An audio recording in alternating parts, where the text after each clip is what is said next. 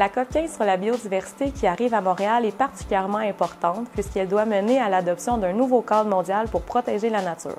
Dans l'histoire des COP sur la biodiversité, certaines ont été plus marquantes que d'autres.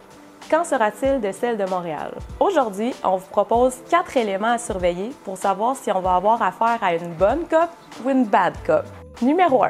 Une COP ambitieuse. Donc, première chose à regarder, le niveau d'ambition. Actuellement, ce qui est sur la table, c'est de protéger 30 des milieux terrestres et marins.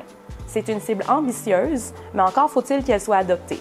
Mais qu'est-ce qu'on fait du 70 qui reste? Mondialement, la perte de biodiversité a des causes sous-jacentes liées à nos systèmes politiques et économiques. Une COP ambitieuse devrait donc aborder cette question. 2.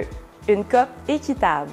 La COP 15 et le nouveau cadre mondial doivent faire une grande place à l'inclusion et aux droits humains. Par exemple, quand on veut protéger le territoire, il faut faire attention à ne pas bafouer les droits humains. Il faut également reconnaître et promouvoir le leadership des peuples autochtones en matière de conservation. C'est bien beau ces principes, mais il est essentiel de les mesurer par des cibles et des indicateurs. Seront-ils au rendez-vous? 3.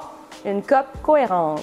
Protéger la biodiversité, c'est d'abord protéger ce qui est vivant autour de nous. Ces dernières années, les États ont beaucoup mis l'accent sur la compensation.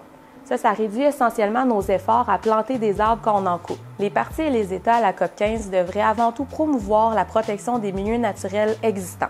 Ils devraient également aborder frontalement les liens entre la crise de la biodiversité et la crise climatique, histoire de trouver des solutions communes. 4. Une COP financée.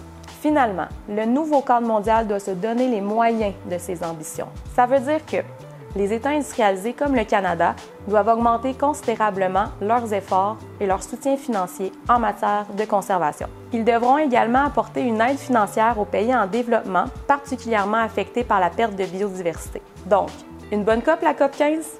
Notre équipe sera à Montréal du 7 au 19 décembre prochain pour talonner les décideurs. Pour suivre notre analyse, rendez-vous sur cop15.ca.